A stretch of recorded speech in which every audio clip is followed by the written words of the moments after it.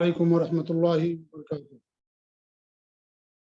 الحمد لله رب العالمين، وأشهد أن لا إله إلا الله وحده لا شريك له، وأشهد أن محمدا عبده ورسوله صلوات الله وسلامه عليه وعلى آله وعلى أصحابه ومن اهتدى بهديه واستنى بسنته إلى يوم الدين وبعد. اللہ کے فضل و کرم اور اس کے احسان سے لگاتار آپ لوگوں کے سامنے باب الترغیب فی مساوی الاخلاق کی حدیثوں کی شرح کی جا رہی ہے۔ آج 21واں درس ہے اس باب کے تعلق سے۔ آپ لوگ سے ہی گزارش کی جاتی ہے کہ آپ لوگ شیخ کے درس کو دلجمی اور سکون کے ساتھ سنیں اور اس کو عام بھی کریں۔ شیخ محترم ہمارے تشریف لا چکے ہیں اور ٹائم بھی ہو گیا ہے اور وقت بھی بہت زیادہ نہیں رہتا ہے، صرف 1 گھنٹہ 10 منٹ ابھی بمشکل ملتا ہے۔ اس لیے میں کچھ اور نہ کہتے ہوئے بڑے ادب اور احترام کے ساتھ شیخ محترم سے گزارش کرتا ہوں کہ شیخ ہمیں درس کا آغاز فرمائیں اور ہمیں مستفید فرمائیں۔ اللہ تعالیٰ شیخ کی حفاظت فرمائے اور اللہ تعالیٰ ہمیں ان سے زیادہ زیادہ استفادے کی توفیق دے، آمین۔ جزاکم اللہ خیر وبارک اللہ فیکم، والسلام علیکم ورحمۃ اللہ وبرکاتہ۔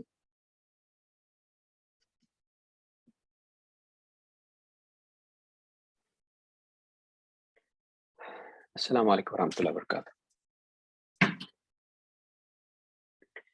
ان الحمد للہ نحمده ونستعینه ونستغفره ونعوذ باللہ من شرور انفسنا ومن سیئات اعمالنا، من يهده الله فلا مضل له ومن يضلل فلا هادي له، واشهد ان لا اله الا الله وحده لا شريك له، واشهد ان محمدا عبده ورسوله، اما بعد، فان خير الحديث كتاب الله، وخير الهدي هدي محمد صلى الله عليه وعلى آله وسلم، وشر الأمور محدثاتها، وكل محدثة بدعة، وكل بدعة ضلالة، وكل ضلالة في النار۔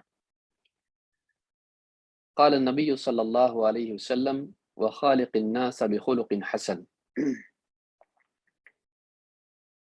قابل قدر فضیلۃ الشیخ مختار احمد مدنی حفظہ اللہ، موقر اہل علم، میرے محترم دینی بھائیوں اور قابل احترام اور بہنوں، بلوغ المرام جو احادیث الاحکام کی کتاب ہے، جس میں فقہی احکام سے متعلق احادیث، طہارت، نماز یا اسی طرح سے روزہ، زکوٰۃ، حج اور اسی طرح سے دیگر ابواب جو فقہی ترتیب پر ہیں، اس کی ایک بہت ہی جامع اور مختصر کتاب ہے۔ اسی کتاب کا آخری حصہ کتاب الجامع، جس میں اخلاق سے متعلق، آداب سے متعلق، زہد سے متعلق احادیث ہیں، اس کا ایک باب، باب الترہیب من مساوی الاخلاق، برے اخلاق سے ڈراوے کا، ترہیب کا بیان۔ اس باب کو ہم پچھلے کئی ہفتوں سے دیکھ رہے ہیں اور اس میں جو احادیث ہیں اس کی شرح ہم جاننے کی کوشش کر رہے ہیں۔ پچھلے ہفتے ہم نے دیکھا تھا کہ قطات یا اسی طرح سے لوگوں کی چغل خوری کرنے والے کی کیا برائی ہے۔ آج ہم اس سے آگے بڑھتے ہوئے مزید کچھ اور باتیں دیکھیں گے جو ایک انسان کے اخلاق کو بگاڑتی ہیں اور ایک انسان کو اللہ کے ہاں مجرم بناتی ہیں۔ آج حدیث نمبر 26 ہم دیکھیں گے۔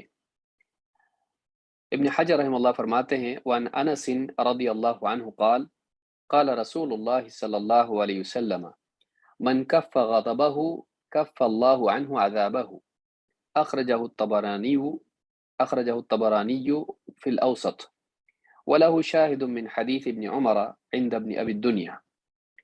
فرماتے ہیں کہ حضرت انس رضی اللہ تعالیٰ عنہ سے ایک روایت ہے، وہ فرماتے ہیں کہ اللہ کے رسول صلی اللہ علیہ وسلم نے ارشاد فرمایا: من کف غضبہ، جو اپنا غصہ ضبط کر لے، کف اللہ عنہ عذابہ، اللہ تعالیٰ اس سے اپنا عذاب روک لیتا ہے۔ جو غصہ پی جاتا ہے، جو اپنے غصے کو نافذ کرنے سے رک جاتا ہے، اللہ تعالیٰ اپنا عذاب بھی اس سے روک لیتا ہے۔ اس حدیث کو امام الطبرانی نے اپنی کتاب الاوسط میں، یعنی المعجم الاوسط میں روایت کیا ہے۔ امام الطبرانی کی 3 کتابیں ہیں اس اعتبار سے، ایک الصغیر ہے، ایک اوسط ہے اور ایک کبیر ہے۔ المعجم الاوسط، اس کو اوسط بھی کہا جائے گا۔ اور کہتے ہیں کہ وَلَهُ شَاهِدٌ مِّن حَدِيثِ ابن عمر، اور اس حدیث کا ایک اور شاہد ہے جو عبداللہ ابن عمر رضی اللہ تعالیٰ عنہ سے ہے، ان کی حدیث موجود ہے عند ابن ابی الدنیا، امام ابن ابی الدنیا کی کتاب میں ایک اور شاہد اس حدیث کا موجود ہے۔ ابن ابی الدنیا نے کتاب الصمت میں اس کو ذکر کیا ہے، حدیث نمبر 21۔ تو یہ جو حدیث ہے یہ غصے کے بارے میں ہے کہ جو انسان غصہ پی جائے اللہ تعالیٰ اس سے اپنے عذاب کو روک دیتا ہے، اللہ اس کو عذاب نہیں دیتا ہے۔ اس حدیث کی سند میں کلام ہے، اور اسی لیے ابن حجر رحمہ اللہ نے یہاں پر اس کے دو طریق ذکر کیے ہیں، اور ایک حضرت انس کا طریق ہے جو طبرانی کا ہے، اور دوسرا ابن ابی الدنیا سے اس کو روایت کیا ہے، اور یہ دوسری حدیث ہے جو دوسرے صحابی سے ہے، حضرت انس سے نہیں ہے، اسی لیے اس کو شاہد کہا ہے۔ اس کے ہم معنی آگے دیکھیں گے۔ امام ابن بشران نے اپنی کتاب الامالی میں بھی یہ حدیث نقل کی ہے، اور اس سند سے یہ حدیث حسن درجے کی ہے۔ شیخ الالبانی نے الصحیحہ میں اس حدیث پر تفصیلی بحث کرنے کے بعد کہا ہے کہ اس کی سند حسن ہے، اور الصحیحہ میں حدیث نمبر 2360 کے تحت اس کو دیکھا جا سکتا ہے، جلد نمبر 5 صفحہ نمبر 476۔ کیا الفاظ ہیں؟ چونکہ یہاں پر ابن حجر نے اس حدیث کو بہت ہی مختصر ذکر کیا ہے، ایک ہی ٹکڑا اس کا ذکر کیا ہے، پوری حدیث اس طرح سے ہے۔ اللہ کے رسول صلی اللہ علیہ وسلم فرماتے ہیں من حفظ لسانہ ستر اللہ عورتہ، جو اپنی زبان کو محفوظ رکھتا ہے اور روک لیتا ہے، اپنی زبان کی حفاظت کرتا ہے، ستر اللہ عورتہ، اللہ تعالیٰ اس کی پوشیدہ چیزوں کو چھپائے رکھتا ہے۔ ومن کف غضبہ کف اللہ عنہ عذابہ، اور جو اپنے غصے کو روک رکھتا ہے اللہ تعالیٰ اس سے اپنے عذاب کو بھی روک رکھتا ہے۔ ومن اعتذر الى اللہ فی الدنیا قبل اللہ عز وجل معذرتہ، اور جو دنیا میں ہی اللہ تعالیٰ سے اپنی غلطیوں پر اعتذار معذرت کر لیتا ہے، معافی مانگ لیتا ہے، تو اللہ تعالیٰ اس کا عذر قبول فرماتا ہے۔ جو اللہ کی طرف رجوع کرتا ہے اللہ تعالیٰ اس کے رجوع کو، اس کی معافی مانگنے کو اللہ تعالیٰ بھی قبول کر لیتا ہے، اس کی معذرت کو اللہ قبول فرماتا ہے۔ تو ابن بشران نے الامالی میں اس کو روایت کیا ہے حضرت انس رضی اللہ تعالیٰ عنہ کے ہی طریق سے، اور حدیث نمبر 689 پر یہ حدیث موجود ہے۔ شیخ الالبانی نے اس کو حسن کہا ہے۔ ابن حجر رحمہ اللہ فرماتے ہیں کہ اس کا ایک شاہد ہے جو ابن عمر سے آیا ہے۔ شاہد کے کیا معنی ہے؟ حدیث کے اعتبار سے حدیث کے میدان میں بہت ساری اصطلاحات استعمال ہوتی ہیں، انہی میں سے ایک اصطلاح متابع اور شاہد ہے۔ اس کو جان لینا چاہیے تاکہ کہیں کسی کتاب میں یہ لفظ آئے تو ہمارے لیے کوئی پریشانی نہ ہو کہ شاہد کا کیا مطلب ہوتا ہے یا متابع کا کیا مطلب ہوتا ہے۔ موٹے موٹے انداز میں اگر ہم دیکھیں تو ایک حدیث جب ایک صحابی سے آتی ہے تو ظاہر بات ہے کبھی ایک ہی راوی اس کا روایت کرنے والا ہوتا ہے اور کبھی کئی، تو اس کی کئی سندیں بنتی ہیں۔ تو ایک راوی اگر کوئی روایت بیان کر رہا ہے کسی ایک صحابی سے، جیسا کہ حضرت انس سے، اگر دوسرا کوئی راوی اسی طریق سے جا کر حضرت انس ہی سے وہ روایت نقل کرے تو یہ دونوں طریق ایک دوسرے کے لیے متابع بن جاتے ہیں۔ اگر صحابی ایک ہو، حدیث ایک ہی ہو، لیکن اس کی روایت کرنے والے دو الگ سند میں دو راوی یا اس کی دو سندیں ہوں، تو ہر ایک سند یا ہر ایک سند سے آنے والی حدیث دوسری حدیث کے لیے متابع اس کی کہلاتی ہے۔ اس کی کیا ضرورت ہے؟ اگر دونوں طریق میں کہیں نہ کہیں کمزوری ہو تو ان دونوں طریق کے ملنے سے وہ حدیث حسن لغیرہ کے درجے کو پہنچتی ہے۔ تو متابع اس حدیث کو کہتے ہیں جو کسی دوسری سند سے آئے، حدیث وہی ہو اور صحابی وہی ہو، لیکن سندیں اس کی ایک سے زیادہ ہوں۔ تو دو مستقل سندوں سے وہ حدیث آ کے ایک صحابی پر اگر جمع ہو جاتی ہیں، لیکن بات ایک ہی، یہ نہیں کہ ہم الگ الگ حدیثوں کے لیے مطابق ہیں، وہی حدیث دو سندوں سے جب آتی ہے، صحابی ایک ہی ہو تو اس کو مطابق کہا جاتا ہے۔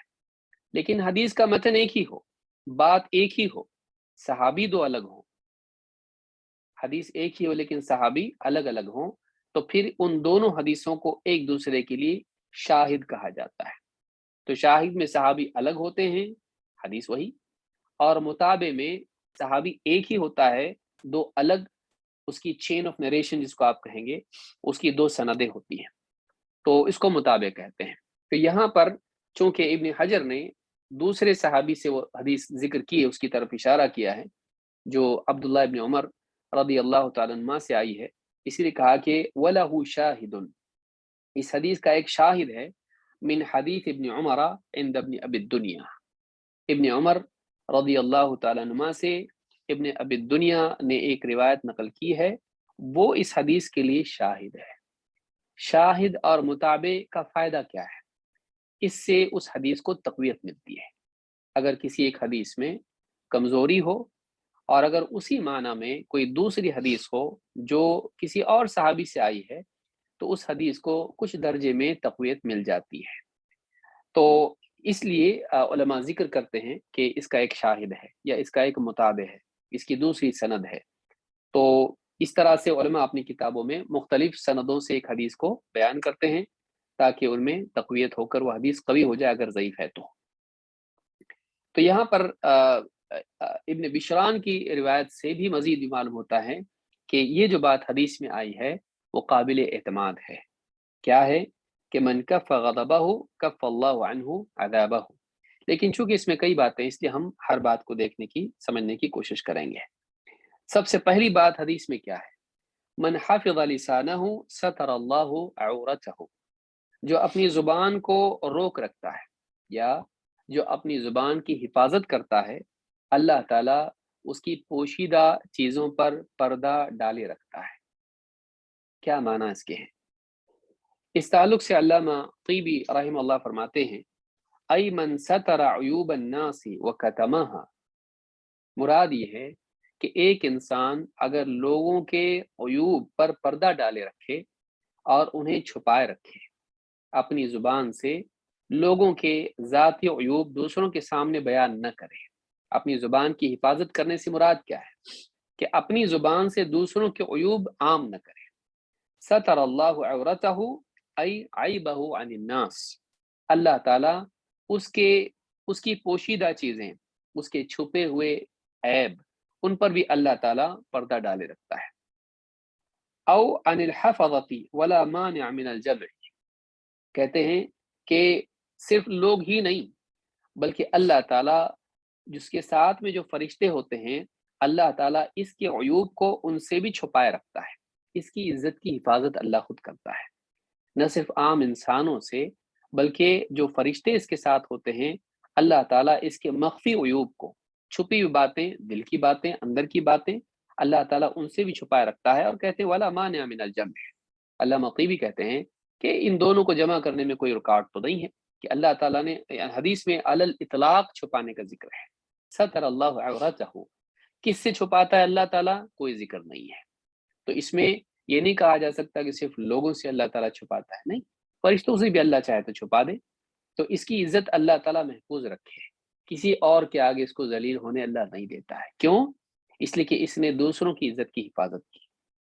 تو جب آدمی دوسروں کی عزت کی حفاظت کرتا ہے، ان کے عیوب کی تشہیر نہیں کرتا ہے، اللہ تعالیٰ اس کی جزا میں اس کے ساتھ بھی ویسے ہی معاملہ کرتا ہے کہ اس کے عیوب کو چھپائے رکھتا ہے۔ ملا علی القاری نے مرقات المفاتیح میں جو مشکات المصابیح کی شرح ہے، اس میں جلد نمبر 8 صفحہ نمبر 3199 پر یہ بات کہی ہے۔ اسی طرح سے علامہ طیبی کہتے ہیں کہ ومن کف ای منع غضبہ، دوسرا حصہ کیا ہے؟ کہ جو اپنا غصہ روک رکھے، اپنا غصہ نافذ کرنے سے رکا رہے، اللہ تعالیٰ اپنا عذاب بھی اس سے روک لیتا ہے۔ کہتے ہیں کہ ومن کف ای منع غضبہ ای عن الناس، کہ جو اپنا غصہ لوگوں سے روک رکھے۔ انسان کو غصہ آتا ہے، کبھی اس کے ذاتی مزاج کی وجہ سے یا کبھی دوسروں کی غلطی کی وجہ سے۔ اللہ تعالیٰ نے ہر انسان کو ایسا بنایا کہ کچھ نہ کچھ اس کو غصہ ضرور آتا ہے۔ تو اب اگر اس کو غصہ آئے تو غصہ آنا گناہ نہیں، اس سے پہلے ہم تفصیل سے اس پر دیکھ چکے ہیں، گفتگو کر چکے ہیں۔ لیکن غصے کو نافذ کرنے کے بارے میں انسان شریعت کا پابند ہے۔ غصہ آ جانا انسان کی مزاج میں ہے، لیکن اس کو اللہ نے اتنی قدرت دی ہے کہ وہ چاہیں تو اپنے غصے کو نافذ کرنے سے رکا رہیں اور شریعت کے دائرے میں اپنے غصے کا اظہار کریں۔ تو کہا کہ جو اپنے غصے کو روک رکھتا ہے، من کف غضبہ ای عن الناس، لوگوں پر نافذ کرنے سے، کف اللہ عنہ عذابہ، اللہ تعالیٰ بھی اپنے عذاب کو اس سے روک لیتا ہے۔ کہتے ہیں ای الذی اثر غضبہ یوم القیامت جزاء وفاقہ، کہتے ہیں کہ اللہ تعالیٰ اپنا غصہ اس سے روک لیتا ہے قیامت کے دن، یعنی اللہ اس کو سزا نہیں دے گا۔ کہتے ہیں کہ غصہ روک لیتا ہے، غضب فی نفسی ایک صفت ہے، لیکن غضب کا نتیجہ کیا ہے؟ غضب کے بعد کیا آتا ہے؟ اللہ جب کسی سے غصہ ہوتا ہے تو پھر اللہ اس کو سزا بھی دیتا ہے۔ یہاں یہ بات یاد رکھیں کہ بعض لوگوں نے اس کی تعویل کی ہے کہ اللہ کا غصہ ہونا یہ ہے کہ اللہ انتقام لے گا، تو یہ مراد نہیں ہے۔ غصہ غصہ ہے، لیکن اللہ کا غصہ بندوں کی طرح نہیں ہے، اور جب اللہ غصہ ہوتا ہے تو اللہ تعالیٰ پھر سزا بھی دیتا ہے۔ تو غصہ ہونا ایک صفت ہے، اور اللہ کا سزا دینا، عذاب دینا یا انتقام لینا یہ مستقل صفات ہیں، ان دونوں کو ایک کر دینا بھی ٹھیک نہیں ہے۔ تو کہتے ہیں کف اللہ عنہ عذابہ، اللہ تعالیٰ اپنا عذاب اس سے روک لیتا ہے۔ جزاء وفاقہ، علامہ طیبی کہتے ہیں جزاء وفاقہ یہ برابر کا بدلہ ہے، پوری جزا ہے، جیسا عمل ویسا بدلہ۔ پچھلی چیز میں بھی آپ دیکھیں کہ جب بندہ دوسروں کے عیوب کو چھپاتا ہے تو اللہ تعالیٰ اس کے بھی عیب کو چھپا دیتا ہے۔ جب بندہ دوسروں پر غصہ نہیں اتارتا ہے، دوسروں پر غصہ کر کے انہیں تکلیف نہیں پہنچاتا ہے، تو پھر اللہ تعالیٰ اپنا غصہ بھی اس سے روک لیتا ہے۔ تو یہ بدلہ کیسا ہے؟ جیسا تیرا عمل ویسا اللہ کا تیرے ساتھ معاملہ ہوگا۔ شیخ ابن عثیمین رحمہ اللہ فرماتے ہیں وَمِن فوائد الحدیث وصف اللہ تعالی بالکف، اس حدیث میں ایک فائدہ یہ ہے، ایک اس سے علمی بات یہ معلوم ہوتی ہے کہ اللہ تعالیٰ کی صفات میں سے ایک صفت کف بھی ہے۔ اور جواب آگے جا کے کہتے ہیں لو قال قائل هل اللہ یکف، اگر کوئی پوچھنے والا پوچھے کیا اللہ تعالیٰ کے لیے بھی صفت کف کا ذکر کیا جا سکتا ہے، تو جواب میں کہتے ہیں کہ الجواب نعم لأنه یمنع والکف منع، کہتے ہیں کہ ہاں، جواب میں کہا جائے گا کہ اللہ کی صفات میں سے ایک صفت یہ بھی ہے، صفت کف۔ کف کا مطلب کیا ہے؟ کف عربی زبان میں کہتے ہیں منع کو، روک لینے کو۔ تو منع اللہ کی صفات میں سے، اسی طرح سے کف بھی روک لینے کو کہتے ہیں، وہ بھی اللہ کی صفات میں سے ہے۔ فتح ذی الجلال والاکرام میں یہ بات انہوں نے کہی ہے، اسی حدیث کی شرح میں۔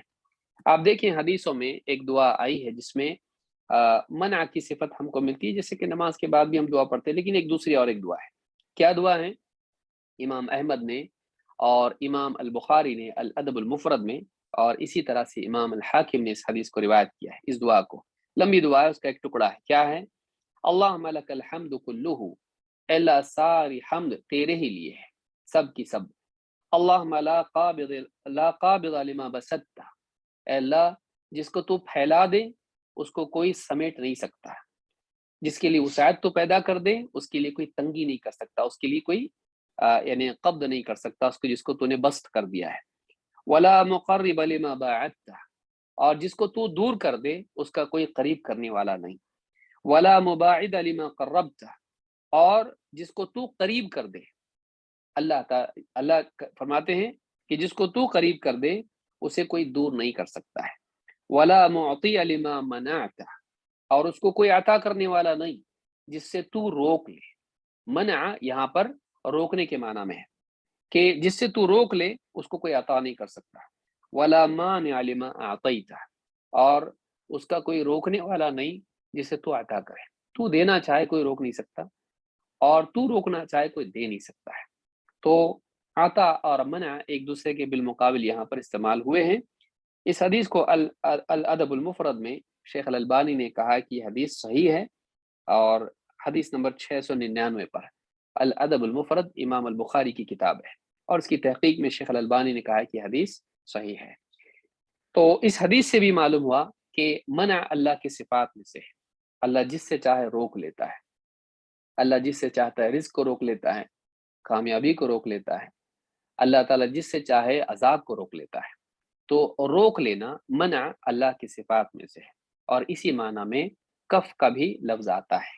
تو یہ اللہ کی صفات میں سے ہے کہ جو انسان لوگوں سے اپنے غصے کو روک لیتا ہے، اس کے بدلے میں اس کی جزا کے طور پر اللہ تعالیٰ اس سے بھی اپنے عذاب کو روک لیتا ہے۔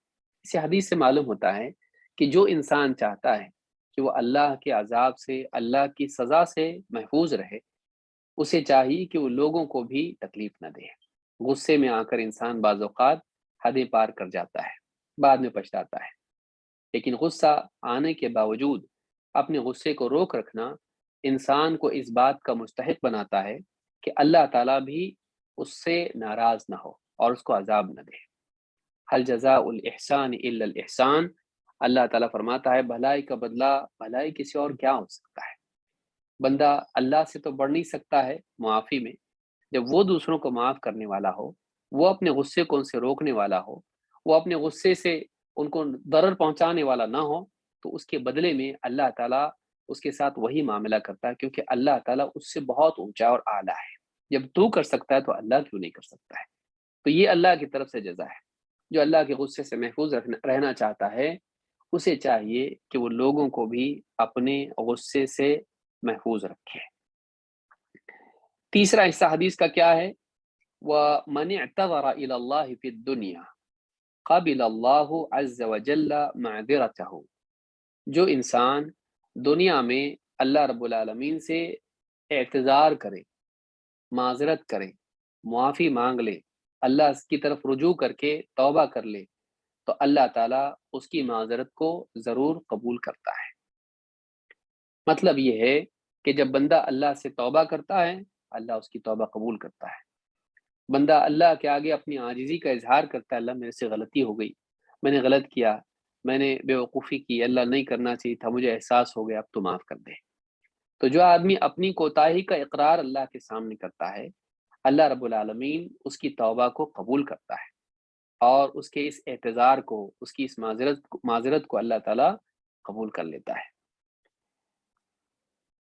علامہ طیبی رحمہ اللہ فرماتے اس حدیث کی شرح میں وَمَنِ اعْتَذَرَ فِيمَا وَقَعَ لَهُ مِنَ التَّقْصِيرِ، جو آدمی اپنی جو بھی تقصیر ہے اس کے تعلق سے، کوتاہی کے تعلق سے اللہ سے معذرت کرتا ہے، معذرت چاہتا ہے، إِلَى اللَّهِ أي بالرجوع إليه وإظهار العجز لديه قبل الله عذره، کہ جو انسان اللہ کی طرف رجوع کرتا ہے اور اللہ کے سامنے اپنی عاجزی کا اظہار کرتا ہے، اللہ تعالیٰ بھی اس کی توبہ کو، اس کے عذر کو قبول کر لیتا ہے۔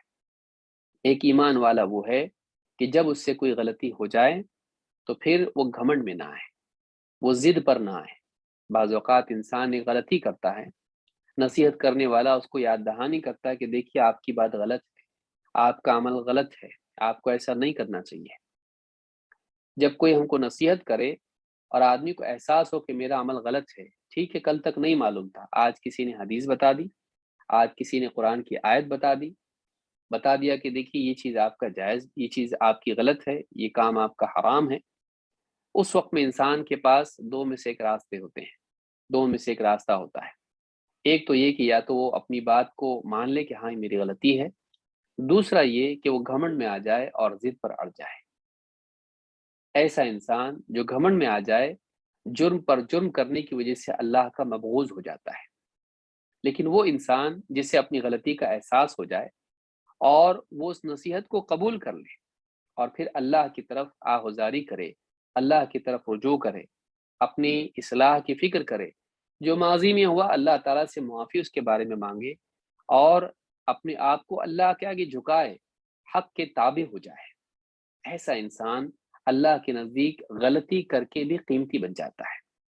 کیونکہ غلطی بری ہے، لیکن غلطی کا علم ہونے کے بعد، احساس ہونے کے بعد اللہ کی طرف تڑپ کر پلٹنا، یہ اللہ کو بہت زیادہ پسند ہے۔ اس سے انسان بعض اوقات اتنا اونچا چلا جاتا ہے کہ غلطی سے اتنے نیچے نہیں گیا تھا، غلطی کر کے اس کا گناہ ہو گیا ٹھیک ہے، لیکن توبہ کر کے پھر اور اونچا مقام پا لیتا ہے۔ تو انسان کے لیے ایک راستہ تو یہ ہوتا ہے کہ وہ ضد پر اڑا رہیں، اور دوسرا راستہ یہ ہوتا ہے کہ وہ عاجزی اپناتے ہوئے اللہ کی طرف آہوزاری کرنے لگے ہیں، اے اللہ مجھ سے بھول چوک ہو گئی، مجھ سے غلطی ہو گئی۔ اور آپ دیکھیں گے کہ آدم علیہ السلام کے واقعے میں دونوں راستے ہم کو ملتے ہیں، ایک راستہ آدم علیہ السلام کا اور ان کے ساتھ ان کی زوجہ حضرت حوا، اور دوسرا راستہ جو ہے وہ ابلیس کا راستہ ہے۔ آدم علیہ السلام کو اللہ تعالیٰ نے حکم دیا تھا کہ اس پیڑ کے قریب مت جاؤ، بیوی کو بھی حکم تھا وَلَا تَقْرَبَا هَٰذِهِ الشَّجَرَةَ فَتَكُونَا مِنَ الظَّالِمِينَ، تم دونوں اس پیڑ کے قریب بھی مت جانا ورنہ تم ظالموں میں سے ہو جاؤ گے۔ شیطان نے کیا کیا؟ ان کو دھوکہ دیا، فَدَلَّهُمَا بِغُرُورٍ، اللہ نے فرمایا کہ شیطان نے انہیں کیا کیا؟ غلط راہ دکھا دی، دھوکے سے ان کو مس گائیڈ کر دیا دھوکہ دے کر، اور انہوں نے وہ پھل کھا لیا۔ وہ پھل کھا لیا تو لباس بھی اتر گیا، جو جنت کا لباس ان کو اللہ نے پہنایا تھا۔ فوراً احساس ہوا کہ ہم سے غلطی ہوئی ہے، اور فوراً اللہ تعالیٰ کی طرف رجوع کیا، ربنا ظلمنا انفسنا وان لم تغفر لنا وترحمنا لنکونن من الخاسرین، اے ہمارے رب، ظلمنا انفسنا، ہم نے اپنے اوپر ظلم کر لیا، ظلمنا انفسنا وان لم تغفر لنا وترحمنا، اور اے ہمارے رب اگر تو ہماری مغفرت نہ کرے اور ہم پر رحم نہ کرے، لنکونن من الخاسرین، ہم یقیناً خسارے والوں میں سے ہو جائیں گے، خسارہ اٹھانے والوں میں سے ہو جائیں گے۔ یہ جو عاجزی ہے آدم علیہ السلام اور حضرت حوا دونوں کی طرف سے اللہ کے سامنے ہوئی، اللہ تعالیٰ نے ان کی توبہ قبول کی، اتنا ہی نہیں بلکہ اللہ تعالیٰ نے خود تلقین کیے کلمات، فَتَلَقَّى آدَمُ مِن رَبِّهِ كَلِمَاتٍ فَتَابَ عَلَيْهِ، اللہ تعالیٰ نے فرمایا کہ آدم نے اپنے رب سے کچھ کلمات سیکھے، تو اللہ تعالیٰ نے ان کلمات کی بنیاد پر ان کی توبہ قبول کر لی ہے۔ توبہ کی کلمات بھی اللہ نے سکھائے اور توبہ بھی اللہ نے قبول کی۔ کیوں؟ اللہ کی طرف عاجزی سے اور اعتراف کے ساتھ انہوں نے رجوع کیا، کہ اللہ غلطی ہو گئی ہم سے۔ لیکن اس کے بالمقابل آپ ابلیس کا طریقہ دیکھیے، اللہ تعالیٰ نے حکم دیا وَإِذْ قُلْنَا لِلْمَلَائِكَةِ اسْجُدُوا لِآدَمَ فَسَجَدُوا إِلَّا إِبْلِيسَ، ہم نے جب سارے فرشتوں کو حکم دیا، اور جن میں ابلیس بھی شامل تھا، فرشتوں میں نہیں بلکہ حکم کے لیے، حکم اس کے لیے بھی تھا کہ آدم کو سجدہ کرو، تو سب نے سجدہ کیا سوائے ابلیس کے، ابلیس نے سجدہ نہیں کیا۔ کیا کہا اللہ نے؟ ابا واستکبر وکان من الکافرین، اس نے انکار کر دیا، اللہ کا حکم ماننے سے انکار کر دیا، واستکبر، اور گھمنڈ میں آ گیا، وکان من الکافرین، علماء نے کہا وصار من الکافرین، کافروں میں سے ہو گیا اللہ تعالیٰ کے حکم کا انکار کر کے، اللہ کے حکم کے مقابلے میں گھمنڈ کر کے۔ اور بعض علماء نے کہا وَكَانَ مِنَ الْكَافِرِينَ، اللہ کے علم میں وہ پہلے سے کافر ہی تھا، یہ امتحان کے طور پر تھا تاکہ اس کا کفر سب کے سامنے ظاہر ہو جائے، جو اندر کفر چھپائے ہوئے تھا، اللہ تعالیٰ کے اس حکم سے اس کا کفر سب کے سامنے آ گیا۔ اللہ تعالیٰ کے حکم دینے کے بعد بھی گھمنڈ اس نے کیا۔ تو دو طریقے انسان کے سامنے ہیں کہ ابلیس سے بھی غلطی ہوئی اور آدم علیہ السلام سے بھی اللہ کا حکم ٹوٹا، لیکن ابلیس نے کیا کیا؟ بجائے اس کے کہ اس حکم کے نہ ماننے کے بعد پھر سے اپنے طرز عمل پر غور کرتا اور اپنی اصلاح کر لیتا، اللہ تعالیٰ سے معافی مانگ لیتا، اللہ میں نے حکم تیرا توڑا، اللہ مجھے معاف کر دے۔ نہیں، اس نے مزید مہلت مانگی کہ اللہ مجھے اور مہلت دے تاکہ میں آدم کو اور اس کی اولاد کو بھٹکاؤں۔ قیامت تک کے لیے مہلت اس نے لے لی، بجائے اپنی اصلاح کرنے کے اس نے آدم علیہ السلام کی دشمنی اور حسد میں اپنا بھی بگاڑ لیا۔ بعض اوقات آدمی ضد میں ایسا کرتا ہے، ضد میں آ کر وہ نہ صرف دوسروں کا برا کرتا ہے، اپنا بھی برا کرتا ہے، اور بعض لوگ اس کے لیے تیار ہوتے ہیں۔ ضد اور دشمنی، نفرت اور حسد ایسی بیماری ہے کہ انسان نہ صرف دوسروں کا بلکہ اپنا بھی برا کرتا ہے۔ یہ دو طریقے انسان کے سامنے ہیں، ایک آدم علیہ السلام کا فوراً رجوع کر لینا، اور اللہ تعالیٰ نے ان کو نوازا، دنیا میں بھیجا، جنت میں آنے کا پھر سے راستہ بتایا، اور دوسرا طریقہ یہ جو ابلیس کا ہے، کہ قیامت تک کے لیے اللہ کی لعنت کا حقدار بن گیا۔ ہمارے سامنے دونوں راستے ہیں۔ کیوں بتایا اللہ نے قرآن کریم میں اس واقعے کو؟ تاکہ ایک انسان اس سے سبق لے، تاکہ ایک انسان اس سے سبق لے، وہ آدم علیہ السلام کی راہ کو اپنائیں، نہ کہ ابلیس کی راہ کو۔ تو یہاں پر یہی بات سیکھنے کی ہے، کہتے ہیں کہ جو اللہ کی طرف رجوع کرتا ہے اور اپنی عاجزی کا اظہار کرتا ہے، اللہ میں کچھ نہیں، میں تو کوتاہی کرنے والا ہی ہوں، اللہ تو معاف نہیں کرے گا تو کون معاف کرے گا، اللہ میں تیرا بندہ ہوں اور جاؤں کدھر میں معافی مانگنے کے لیے، اور کوئی در تو ہے نہیں، تو تجھ سے ہی مانگوں گا، اللہ تو مجھ کو معاف کر دے۔ اس طرح سے انسان گڑ گڑا کر رو کے اللہ کے آگے آہذاری کرے، عاجزی اختیار کرے اور اللہ تعالیٰ سے معافی مانگے، تو اللہ تعالیٰ ایسے انسان کی معذرت کو قبول فرماتا ہے۔ اللہ کے رسول صلی اللہ علیہ وسلم کی ایک حدیث ہے جس سے معلوم ہوتا ہے کہ اللہ کتنا توبہ قبول کرنے والا ہے۔ اللہ کے نبی صلی اللہ علیہ وسلم فرماتے ہیں، لو اخطأتم حتى تبلغ خطاياكم السماء ثم تبتم لتاب علیکم۔ امام ابن ماجہ نے اس کو روایت کیا ہے، صحیح الجامع صغیر حدیث نمبر 5235، حدیث حسن ہے۔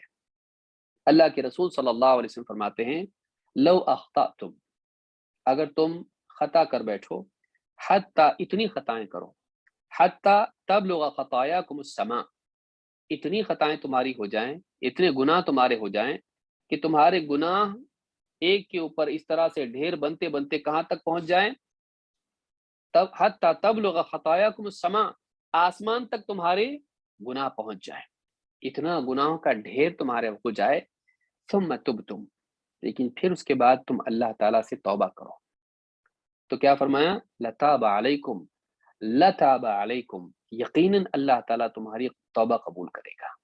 یہاں جو لام ہے یہ تیقن کے لیے ہے، یقیناً بلا شبہ اللہ توبہ قبول کرے گا۔ ایک انسان زندگی بھر کے اس نے گناہ کیے ہیں، بعد کی عمر میں پتہ چلا کہ میں حرام کھاتا رہا، میں زنا کرتا رہا، میں چوری کرتا رہا، میری کمائی حرام ہے، یہ فلاں چیز فلاں چیز، اس کو اپنے گناہوں کا احساس ہوا، بلکہ شرک کرتا تھا، کفر کرتا تھا، بدعات میں پڑا ہوا تھا۔ اب بعض اوقات انسان سوچتا ہے کہ اتنے سارے گناہ میرے ہیں، کیسے معاف ہوگا؟ اللہ کے نبی صلی اللہ علیہ وسلم فرماتے ہیں، اتنے بھی اگر تیرے گناہ ہوں کہ آسمان تک وہ پہنچ جائیں، تب بھی اگر تو سچی توبہ اگر اللہ سے کرتا ہے، اللہ تعالیٰ تیری توبہ ضرور قبول فرمائے گا۔ تو اس حدیث سے بات معلوم ہوتی ہے کہ اللہ تعالیٰ سے کبھی مایوس نہیں ہونا چاہیے، چاہے زندگی بھر کے گناہ ہوں، چاہے آسمانوں کی بلندی کو چھونے والے گناہ ہوں، اگر آدمی واقعی اللہ سے توبہ کرے تو اللہ تعالیٰ اس کی توبہ کو ضرور قبول فرماتا ہے۔ تو اس حدیث کو امام ابن ماجہ نے روایت کیا ہے، اور حدیث نمبر اصل جامع صغیر میں حدیث نمبر 5235 پر شیخ البانی کہتے ہیں یہ حدیث حسن درجے کی ہے۔ تو اس حدیث میں ہم نے 3 باتیں دیکھی۔ نمبر 1، زبان کی حفاظت اور دوسروں کے عیوب پہ پردہ پوشی، اور دوسری چیز یہ کہ انسان غصہ آنے کے باوجود قابو پالے اس پر اور اس کا نفاذ نہ کرے۔ تیسری چیز یہ کہ جب بھی اس سے غلطی ہو جائے اللہ تعالیٰ سے انسان معافی مانگ لے، اللہ سے توبہ کر لے۔ تو یہ 3 باتیں ہم نے اس حدیث میں سیکھی۔ آئیے آگے ہم بڑھتے ہیں اور ایک اور حدیث کا مطالعہ ہم کرتے ہیں۔ یہ حدیث نمبر 27 ہے جو ابو بکر صدیق رضی اللہ تعالیٰ عنہ سے مروی ہے۔ ابن حجر رحمہ اللہ فرماتے ہیں، وعن ابی بکر الصدیق رضی اللہ عنہ قال قال رسول اللہ صلی اللہ علیہ وسلم لا يدخل الجنة خب ولا بخیل ولا سیء الملکہ، اخرجہ الترمذی وفرقہ حدیثین وفی اسنادہ ضعف۔ ابو بکر صدیق رضی اللہ تعالیٰ عنہ سے روایت ہے، فرماتے ہیں اللہ کے رسول صلی اللہ علیہ وسلم نے ارشاد فرمایا، لا يدخل الجنت خب، وہ آدمی جنت میں نہیں جائے گا جو خب ہو، دھوکے باز ہو، مکار ہو، ولا بخیل، اور نہ کنجوس جنت میں جائے گا، ولا سیء الملکہ، اور جو برا مالک ہو، ملکیت کے اعتبار سے جس میں برائیاں ہوں، تو یہ بھی جنت میں نہیں جائے گا۔ اس کی تفصیل ہم دیکھیں گے آگے۔ تو یہ 3 باتیں اس حدیث میں آئی ہیں کہ جنت میں نہیں جائے گا مکار، دھوکے باز، فسادی، دوسرے کنجوس، بخیل، اور تیسرا جو برا مالک ہو۔ اس حدیث کو امام الترمذی نے روایت کیا ہے۔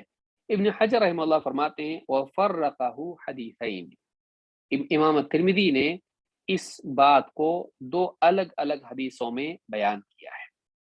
وفی اسنادہ ضعف، اور اس حدیث کی سند میں ضعف ہے، کمزوری ہے۔ یہ دونوں حدیثیں سند کے اعتبار سے ضعیف ہیں۔ جو بات ابن حجر نے کہی ہے کہ وہ فرقہ حدیثین، صحابی ایک ہی ہیں اور دونوں الگ الگ حدیثیں ہیں، اور دونوں کو ابن حجر نے ضم کر کے بیان کیا ہے۔ انہوں نے اس میں اس طرح سے تصرف کیا ہے، اختصار کے سبب، حدیث کی کتاب چونکہ مختصر ہے، ایک ہی سیاق میں انہوں نے اس کو بیان کر دیا۔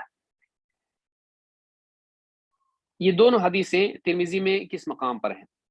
ترمذی کی پہلی حدیث ہے وعن ابی بکر الصدیق رضی اللہ عنہ عن النبی صلی اللہ علیہ وسلم قال لا يدخل الجنة خب ولا منان ولا بخیل۔ حدیث میں ہے، ابو بکر صدیق رضی اللہ تعالیٰ عنہ نبی صلی اللہ علیہ وسلم سے روایت کرتے ہیں، آپ نے فرمایا جنت میں وہ شخص داخل نہیں ہوگا جو خب ہو، مکار ہو، اور منان ہو، احسان جتانے والا ہو، اور بخیل ہو۔ جو آدمی ایسا ہے وہ جنت میں نہیں جائے گا۔ ترمذی حدیث نمبر 1963، حدیث ضعیف ہے۔ اسی طرح سے کہتے ہیں کہ دوسری روایت نقل کی امام ترمذی نے، لا يدخل الجنت سیء الملکہ، جو آدمی برا مالک ہو وہ آدمی جنت میں نہیں جائے گا۔ ترمذی حدیث نمبر 1946، اور یہ بھی حدیث ضعیف ہے۔ تو ان دونوں حدیثوں کو ابن حجر نے ضم کر کے ایک سیاق میں بیان کیا، چونکہ صحابی ایک ہی ہے اس لیے حرج نہیں ہے۔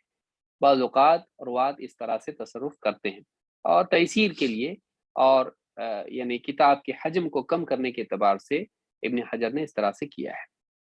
اس حدیث میں 3 باتیں بیان ہوئی ان دونوں حدیثوں میں، اگرچہ حدیثیں ضعیف ہیں لیکن ان میں جو باتیں بیان ہوئی ہیں وہ دوسری حدیثوں سے معلوم ہوتا ہے کہ واقعی وہ برائیاں ہیں، اور ان برائیوں سے بچنا چاہیے، اور یہ برائیاں ہلاک کرنے والی ہیں۔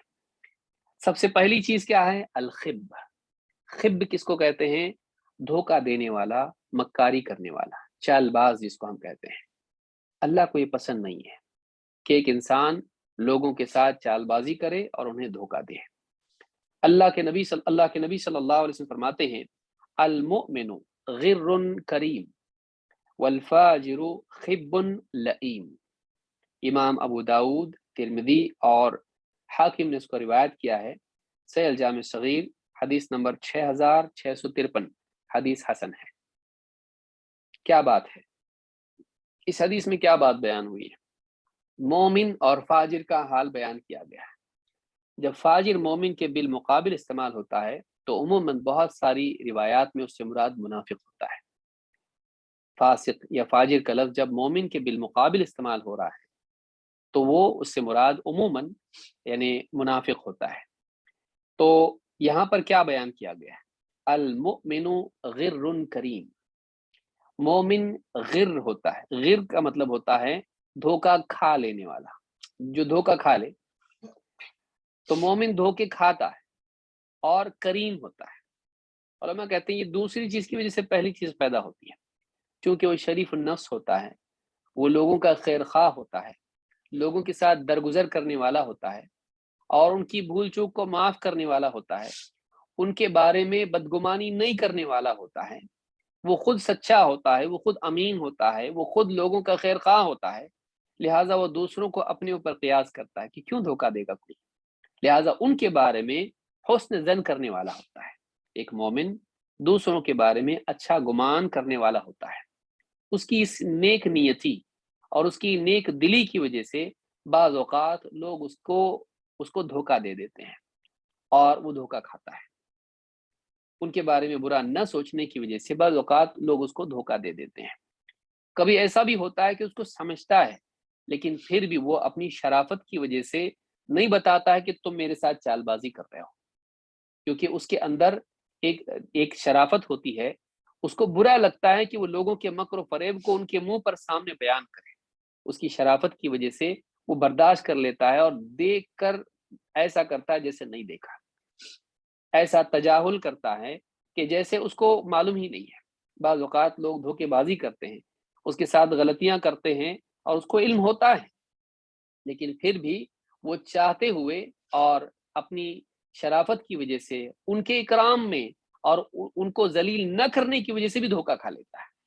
تو دونوں باتیں اس میں ہیں، ایک تو اس وجہ سے کہ وہ حسن ظن رکھتا ہے، شریف النفس ہوتا ہے، اس وجہ سے بھی وہ دھوکہ کھا جاتا ہے، معلوم نہیں پڑا اس کو، لوگوں نے جھوٹ بولا، دھوکے بازی کی، اور دوسرے یہ کہ بعض اوقات تو معلوم بھی ہوتا ہے اس کو، لیکن پھر بھی وہ دھوکہ کھا لیتا ہے جانتے بوجھتے۔ جیسے مثال کے طور پر ایک آدمی فقیر اس کے سامنے آ کے جھوٹی باتیں کہے اور کہے کہ مجھے حاجت ہے، مجھے میری مدد کیجیے۔ اب اس کو معلوم ہوتا ہے کہ اتنا حاجت مند نہیں جتنا بتا رہا ہے، لیکن کچھ درجے میں تو حاجت مند ہے، تو اس کے اس جھوٹ کو نظر انداز کرتا ہے اور اس کی مدد کر دیتا ہے، اس کے جھوٹ کو نظر انداز کرتا ہے، لیکن کچھ نہ کچھ درجے میں تو محتاج ہے، ٹھیک ہے، اس کے دھوکے کو جانتے ہوئے وہ چھوڑ دیتا ہے۔ بعض اوقات ایک آدمی واقعی ضرورت مند ہوتا ہے، اس کا عذر اگر بیان کرے تو اس کو لگتا ہے کہ میری مدد نہیں ہوگی، وہ اپنے عذر کو بڑا چڑھا کے پیش کرتا ہے، جھوٹ بولتا ہے، لیکن ہوتا ہے کچھ درجے میں ضرورت مند۔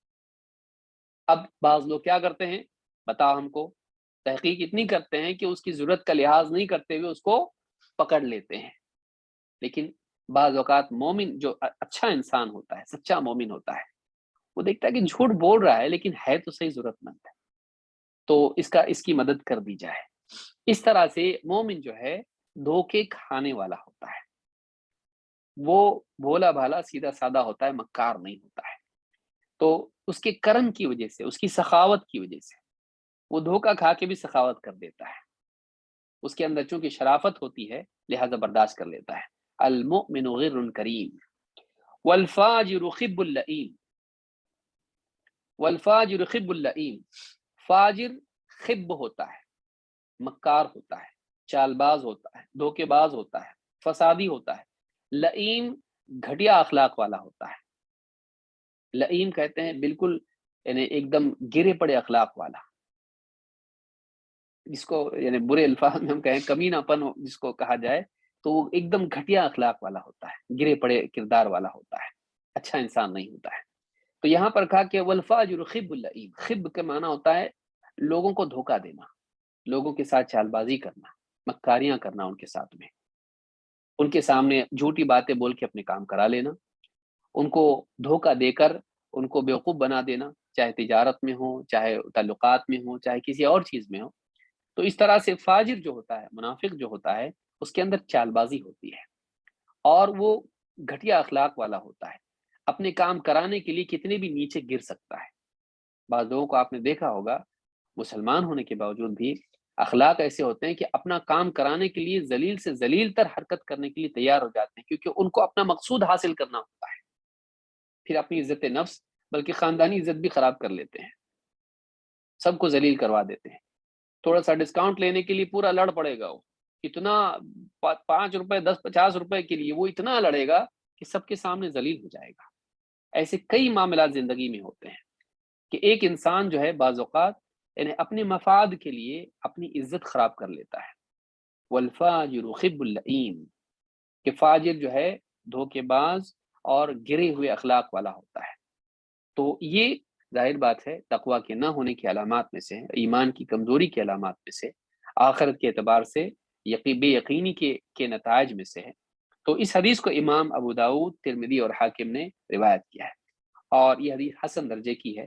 شیخ الالبانی نے صحیح الجامع صغیر میں حدیث نمبر 6653 پر اس کو ذکر کیا ہے۔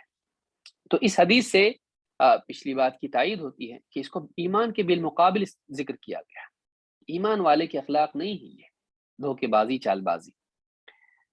اللہ کے نبی صلی اللہ علیہ وسلم فرماتے ہیں من غشنا فلیس منا والمکر والخداع فی النار، من غشنا فلیس منا، جو ہمیں دھوکہ دے وہ ہم میں سے نہیں، جو ہمیں دھوکہ دے وہ ہم میں سے نہیں۔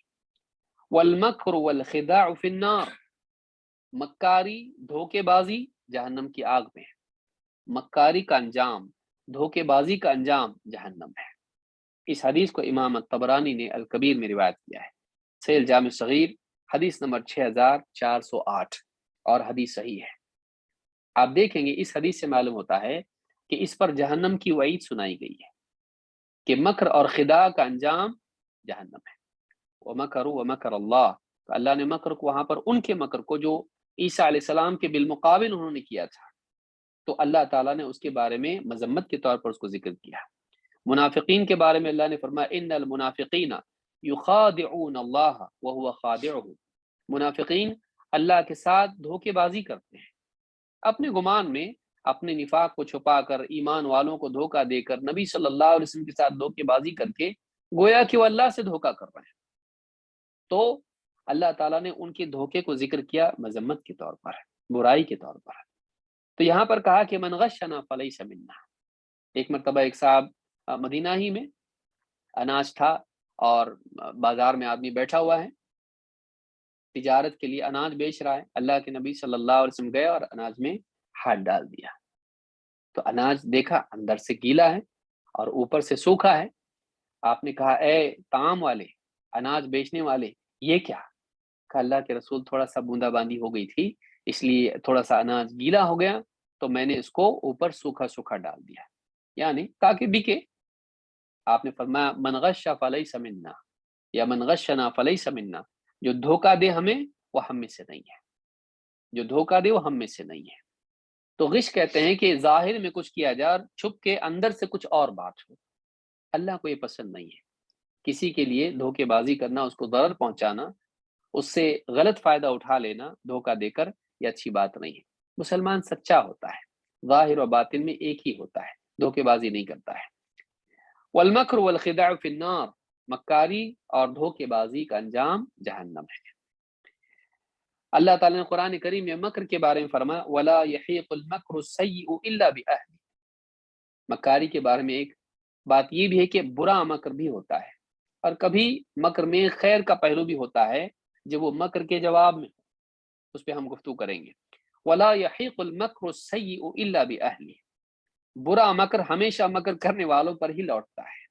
یہ بہت جامع آیت ہے اور بہت بڑی بات ہے، اور اس میں تسکین ہے ان لوگوں کے لیے جو حق کے راستے پر چلیں اور ان کے مخالفین ان کے خلاف چال بازیاں کریں، چاہے دعوت کے میدان میں ہو، چاہے سیاست میں ہو، چاہے خاندانی زندگی میں ہو، چاہے کسی بھی تجارت میں ہو یا کہیں بھی ہو،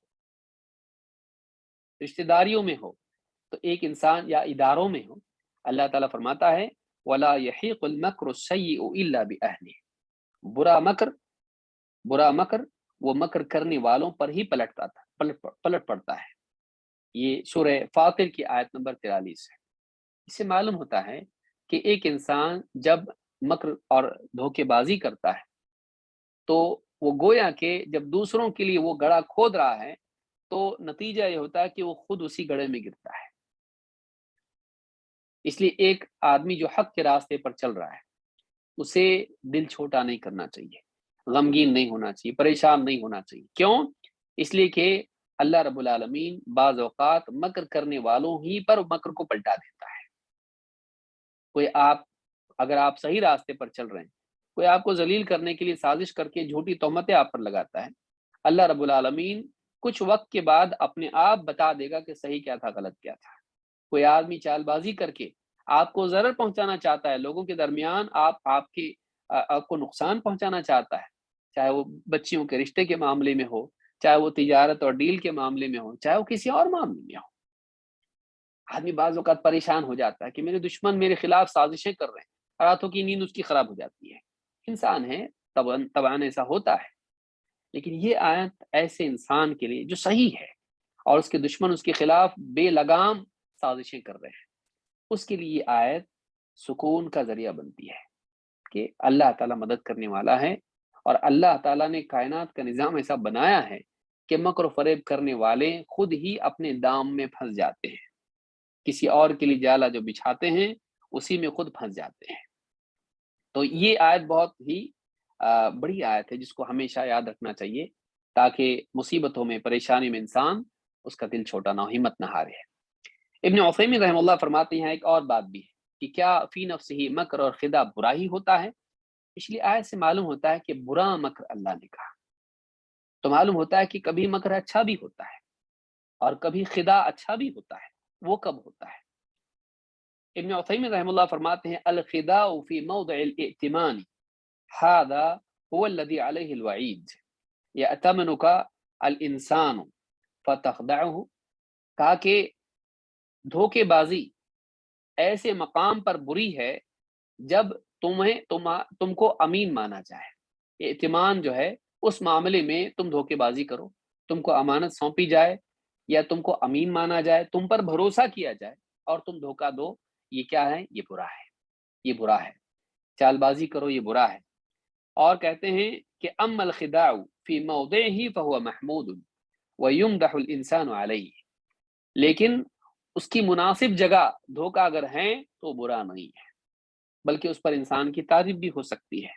واستمع الى قول اللہ تعالی ان المنافقین یخادعون اللہ وهو خادعهم، اللہ تعالیٰ کے اس فرمان کو بھی سن لو کہ منافقین اللہ کے ساتھ دھوکے بازی کرتے ہیں، حالانکہ اللہ تعالیٰ ہی انہیں دھوکے میں ڈالے ہوئے ہیں۔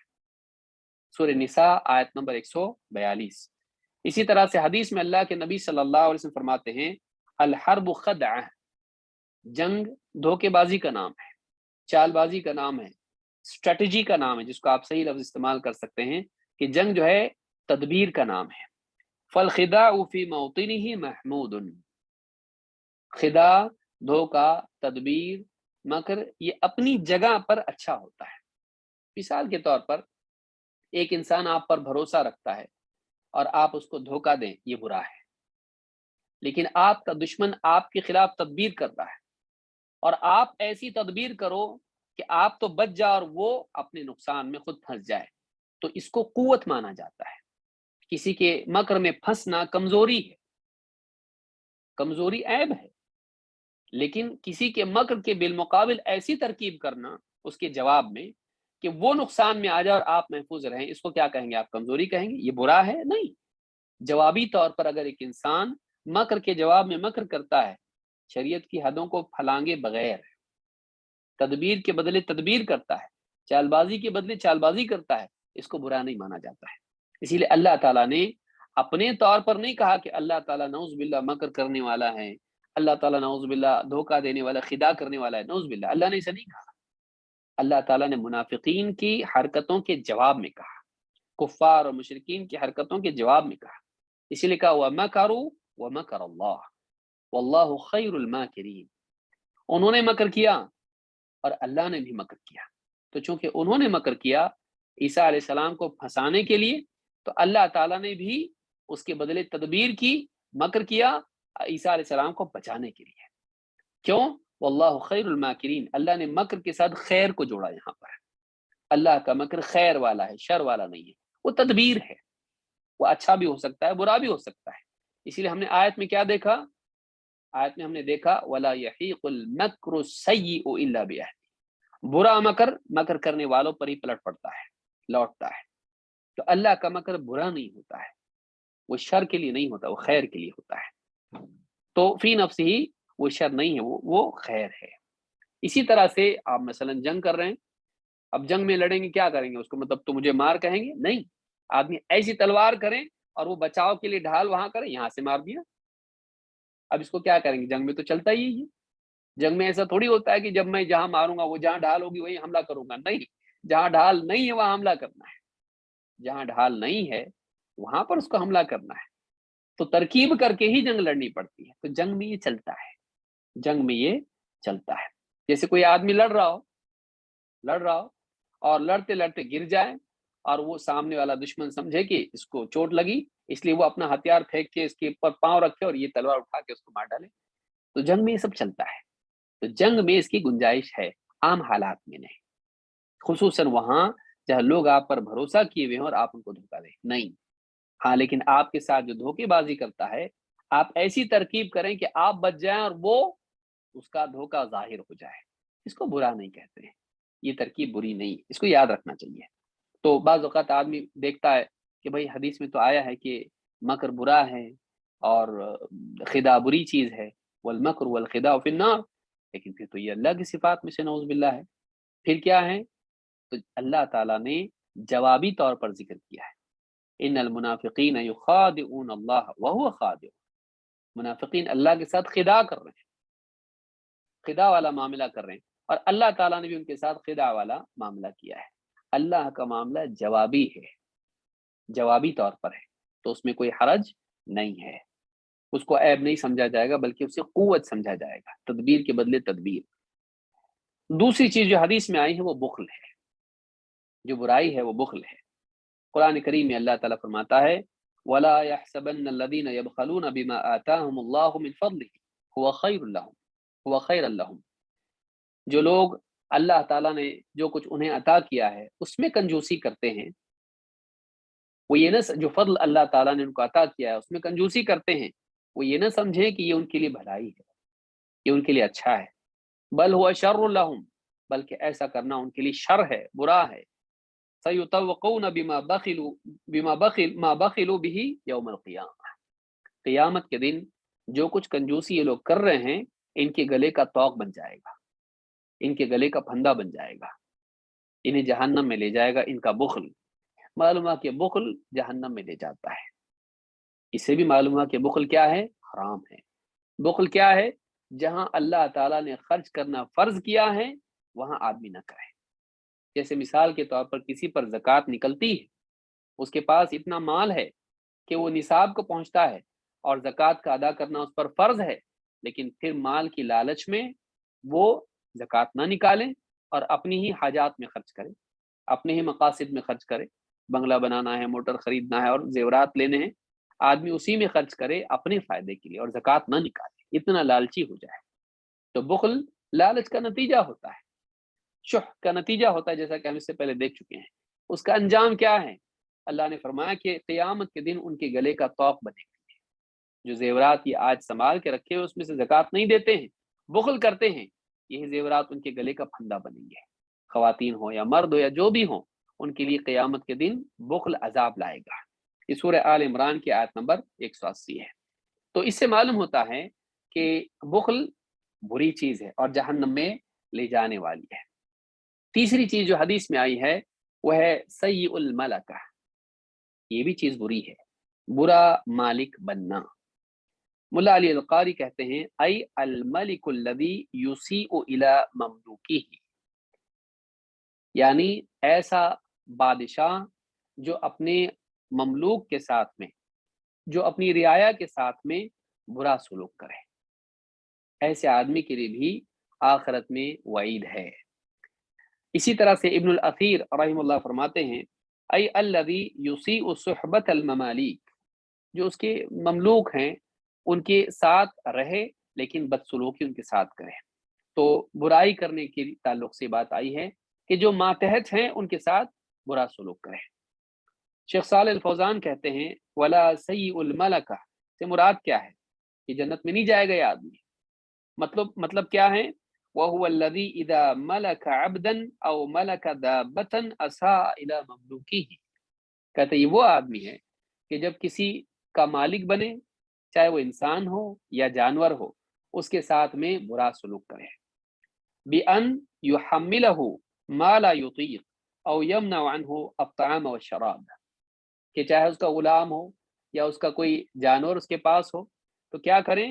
اس پر وہ بوجھ ڈالیں جو اس کی طاقت نہ ہو، اپنے ماتحتوں پر وہ بوجھ ڈالنا جو اس کی طاقت نہیں ہے، چاہے وہ انسان ہو، اس کے اوپر کوئی حمال کسی کے پاس ہے مثلا کام کرنے والا ہے، اب اس کو کہہ رہا کہ اتنا ہی بوجھ اٹھانا پڑے گا تم کو، 3 چکر میں ہی ختم کرو اس کو، 4 میں نہیں، تو اب کیا کہہ رہا ہے؟ اتنا بوجھ اٹھاؤ جو طاقت اس میں نہیں ہے، بیچارہ پریشان ہو رہا ہے، اس کی حالت خراب ہو گئی اس کی وجہ سے، وہ نہیں اٹھا سکتا، لیکن پھر بھی یہ اس کو ڈانٹ کے یا کوڑے مار کے اس کو کروا رہا ہے۔ یا کوئی جانور ہے وہ اتنا بوجھ نہیں اٹھا سکتا ہے پھر بھی اس پہ وہ بوجھ ڈال رہا ہے، تو اس کے ساتھ میں برا معاملہ کرے جو اس کے ماتحت ہے، اس کی ملکیت میں ہے۔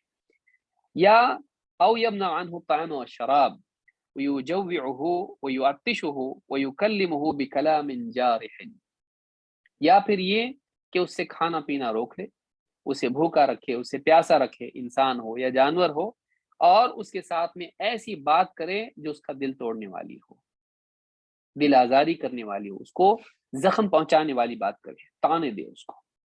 وَهَذَا سَيْءُ الْمَلَكَةِ الَّذِي يُسِيءُ إِلَى مَمْلُوكِهِ، کہتے یہ مراد ہے سیء الملکہ سے کہ ایک آدمی مالک بنے تو برائی کرے اپنی مملوک کے ساتھ میں، اپنے ماتحت کے ساتھ میں، سواء كان آدميا او بہیمتا، چاہے وہ انسان ہو یا پھر کوئی جانور ہو۔ تو جانور کے ساتھ بھی آپ برا سلوک نہیں کر سکتے۔ آپ کی ملکیت میں کوئی انسان ہو، آج تو ٹھیک ہے غلام نہیں ہے کسی کے پاس، لیکن اسلام کا حکم یہ ہے کہ غلام کے ساتھ اچھا سلوک کرنا چاہیے، اور جب غلام کے ساتھ اچھا سلوک کرنا چاہیے تو من باب اولا جو آپ کا غلام نہیں ہے اس کے ساتھ سلوک کرنا چاہیے، کیونکہ وہ تو غلام بھی نہیں ہے آپ کا، وہ تو خود آزاد انسان ہے، لیکن آپ کے پاس کام کرتا ہے، آپ کا نوکر ہے، اس کے ساتھ تو اور بھی اچھا سلوک کرنا چاہیے۔ اس تعلق سے ایک روایت ملتی ہے اللہ کے نبی صلی اللہ علیہ وسلم کی، معرور ابن سوید کہتے ہیں کہ مررنا بأبی ذر رضی اللہ عنہ بالربدہ، ربدہ کے مقام پر ہماری ملاقات ابو ذر رضی اللہ تعالیٰ سے ہوئی، وعلیہ برد وعلی غلامہ مثلہ، ان پر ایک لباس تھا آدھا، اور ان کے غلام پر بھی اسی طرح کا لباس تھا، قمیص مثلا۔ فقلنا یا ابا ذر لو جمعت بینہما کانت حلۃ، کہا کہ اے ابو ذر اگر آپ یہی آپ کا لباس بھی گویا کہ کرتا آپ کا اور غلام کا بھی کرتا ایک ہی کپڑے والا ہے، ظاہر بات ہے غلام کے اوپر ہے تو مالک ہی نے دیا ہے، کاش کہ آپ یہ کرتا اور اس کے ساتھ تہبند یا جو بھی لباس ہے پورا ایک لباس آپ کا بن جاتا، آپ اس کو اپنے لیے استعمال کرتے تو پورا ڈریس آپ کا بن جاتا۔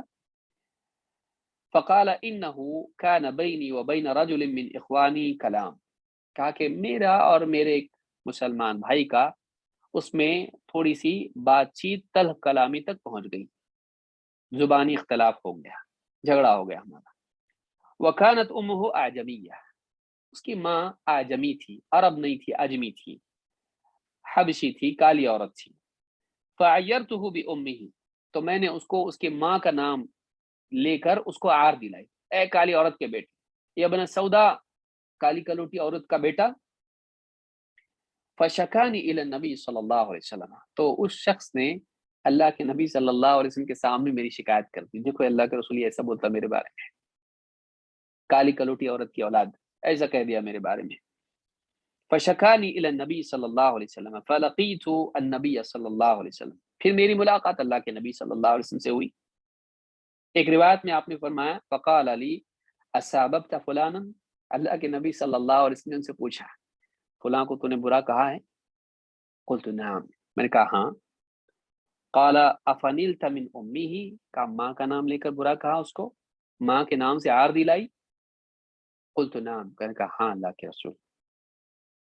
فرمایا یا ابا ذر انک امرؤ، میں کئی روایتوں کو ملا کے آپ کے سامنے بات رکھ رہا ہوں، یہ بخاری کی روایت ہے جو زیادتی میں نے بیان کی۔ فقال یا ابا ذر انک امرؤ فیک جاہلیہ، اللہ کے نبی صلی اللہ علیہ وسلم نے فرمایا اے ابو ذر ابھی بھی تجھ میں جاہلیت باقی ہے، ابھی بھی تجھ میں جاہلیت باقی ہے۔ ایک روایت میں زیادتی ہے قلت علی حین ساعتی هذه من کبر السن، کہ اللہ کے رسول میں بوڑھا ہونے آ گیا بالکل، ابھی بھی، یعنی اتنا عمر زندگی چلی گئی اسلام میں، اس کے بعد بھی اتنے بڑھاپے میں بھی ابھی بھی جاہلیت میرے اندر باقی ہے؟ قال نعم، اللہ کے نبی صلی اللہ علیہ وسلم فرمایا ہاں ابھی بھی۔ قلت یا رسول اللہ من سب الرجال سب اباہ و امہ، اللہ کے رسول یہ تو معاشرے کا حال ہے ایسا، ایک آدمی اگر کسی کو گالی دے یا اس کو برا کہے تو وہ جواب میں اس کے باپ کو ماں کو برا کہتا ہے۔ قال یا ابا ذر انک امرؤ فیک جاہلیہ، کہ اے ابو ذر تمہارے اندر اب بھی جاہلیت کا اثر باقی ہے۔ ہم اخوانکم، کہا یہ جو غلام ہیں یہ تمہارے بھائی ہیں، ایک روایت میں ہے کہ اخوانکم خوالکم، تمہارے غلام تمہارے بھائی ہیں، جعلہم اللہ تحت ایدیکم، جعلہم اللہ تحت ایدیکم، یہ اللہ ہے جس نے انہیں تمہاری ماتحتی میں دیا ہے، تمہارے غلام اصل میں بھائی ہیں تمہارے، لیکن اللہ ہے جس نے تم کو مالک بنایا اور اس کو غلام، تمہارا کوئی کمال نہیں۔ فَأَطْعِمُوهُمْ مِمَّا تَأْكُلُونَ، تو جو تم کھاتے ہو انہیں کھلاؤ، وَأَلْبِسُوهُمْ مِمَّا تَلْبَسُونَ، اور جو تم پہنتے ہو انہیں پہناؤ، وَلَا تُكَلِّفُوهُمْ مَا يَغْلِبُهُمْ، اور ان پر ایسا بوجھ نہ ڈالو جس کی ان میں سکت نہ ہو، جس کے اٹھانے کی ان میں قوت نہ ہو، وَلَا فَإِن كَلَّفْتُمُوهُمْ فَأَعِينُوهُمْ، اور اگر ان پر ویسا بوجھ تم ڈالو ہی، تمہیں ڈالنا ہی ہو تو پھر تم اس کی مدد بھی کرو۔ بھئی اکیلا بوجھ نہیں اٹھا سکتا، بہت بڑا فریج ہے اٹھانا ہے، اب کیا کرے گا، نہ آپ اکیلے اٹھا سکتے نہ وہ، تو اس کو اگر اٹھانے کے لیے کہو اس کی مدد تم خود کرو۔ کیسا پیارا دین اسلام آپ دیکھیے کہ غلام سے اگر کام لینا ہے، اس کی طاقت سے زیادہ بوجھ اگر ہے، تم خود اس کی مدد کرو، فَأَعِنُوهُمْ، تو تم اس کی مدد کرو۔ اس حدیث کو امام البخاری نے صحیح بخاری میں کتاب الادب میں ذکر کیا ہے، حدیث نمبر 6050، اور امام مسلم نے کتاب الایمان میں ذکر کیا ہے 1661 پر۔ سیاق مسلم کا ہے اور مختلف طرق میں حدیث موجود ہے۔ بخاری میں حدیث نمبر 30 پر بھی یہ حدیث موجود ہے۔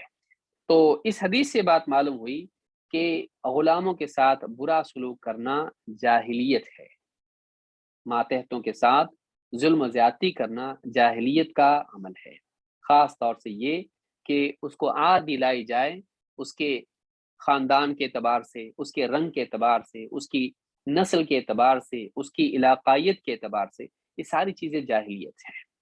تو اللہ کے نبی صلی اللہ علیہ وسلم نے اس سے منع کیا ہے۔ تو کوئی آدمی مالک بنے اور اپنی مملوک کو ذلیل کریں، اپنی مملوک کو گرا کے اس سے بات کریں، اس کی دل آزاری کریں، اس کو ذلیل کر کے اس کو تکلیف پہنچائے، یا پھر کھانے پینے میں اس کو اذیت پہنچائے، یا پھر کسی بھی اعتبار سے اس کو تکلیف دے، یہ اچھی بات نہیں ہے۔ ٹھیک ہے، اصلاح کے لیے ڈانٹنا الگ چیز ہے۔ آپ کا ماتحت کام نہیں کرتا، توڑ پھوڑ کرتا ہے، بے ڈنگا پن کرتا ہے، وقت پہ نہیں آتا ہے، اصولی طور پر ڈانٹنا ایک الگ چیز ہے۔ لیکن یہ کہ اس کو ذلیل کیا جائے، اس کے اوپر ظلم و زیادتی کی جائے، صرف اس وجہ سے وہ آپ کے پاس رکا ہوا ہے کہ کہیں اور نہیں جا سکتا ہے، وہ محتاج ہے، بیوی بچے بھوکے مریں گے، اس لیے وہ آپ کے پاس رکا ہوا ہے، اور آپ اس کو جانتے ہو کہ کہیں جا نہیں سکتا، اس لیے آپ اس کو پیستے رہتے ہو، بے عزت بھی کرتے ہو، تکلیف بھی دیتے ہو اس کو، آپ اس کے ساتھ مطلب زیادتی کرتے ہو، یہ اچھی بات نہیں ہے۔ ایسا انسان جنت میں نہیں جائے گا۔ تو ان احادیث سے ظاہر بات ہے کہ ظلم جو ہے قیامت کے دن ظلمات بن کر آئے گا۔ اتقوا الظلم، حدیث میں خود ہے کہ ظلم سے بچو، فإن الظلم ظلمات یوم القیامہ، اس لیے کہ ظلم قیامت کے دن اندھیریا بن کر آئے گا۔ لہٰذا ایک انسان کو چاہیے کہ وہ دوسروں کے ساتھ ظلم و زیادتی کا معاملہ نہ کرے۔ اللہ رب العالمین سے دعا ہے کہ ہم سب کو لوگوں کے ساتھ احسان کا سلوک کرنے والا بنائیں، اپنی زبان سے ان کی دل آزاری سے ہماری حفاظت کریں، اور ایسا کوئی کام کرنے سے اللہ تعالی ہم سب کو محفوظ رکھے جس سے کسی کی عزت یا کسی کی جان و مال کو نقصان پہنچے۔ اللہ تعالی ہم سب کو اچھا مسلمان بننے کی توفیق عطا فرمائے۔ تو میں سمجھتا آج کے لیے اتنا کافی ہے، انشاءاللہ مزید باتیں ہم اگلے درس میں دیکھیں گے۔ اقول ھذا واستغفر اللہ لی ولکم۔ جزاکم اللہ خیر و بارک اللہ فیکم۔ بڑی قیمتی باتیں دوران شرح ہم شیخ سے سنتے ہیں۔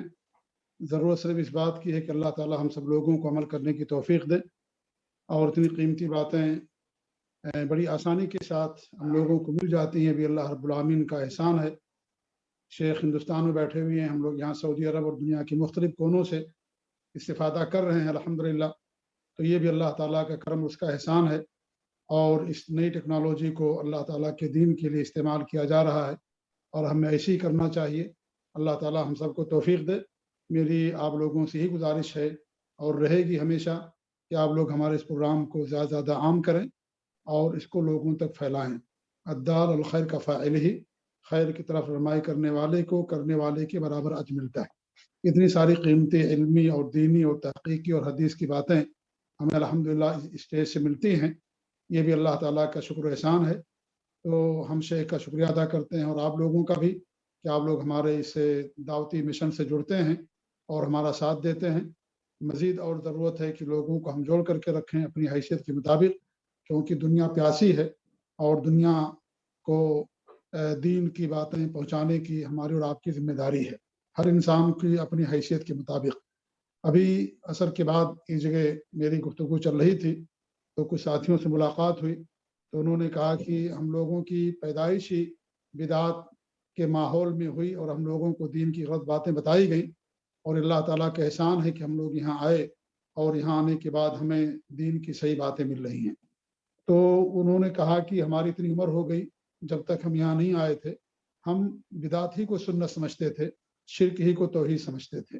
ہمارے معاشرے میں انہی لوگوں کی کثرت ہے، لیکن الحمدللہ اللہ کا کرم ہوا کہ ہم سعودی عرب آئے، اور یہاں دعویٰ سینٹر میں آپ لوگوں سے ملاقات ہوئی اور دروس سنے، تو ان کی اصلاح ہوئی، اور کہنے لگے کہ الحمدللہ ہمارے ذریعے سے ہمارے پورے خاندان کے بہت سارے لوگوں کی اصلاح ہوئی.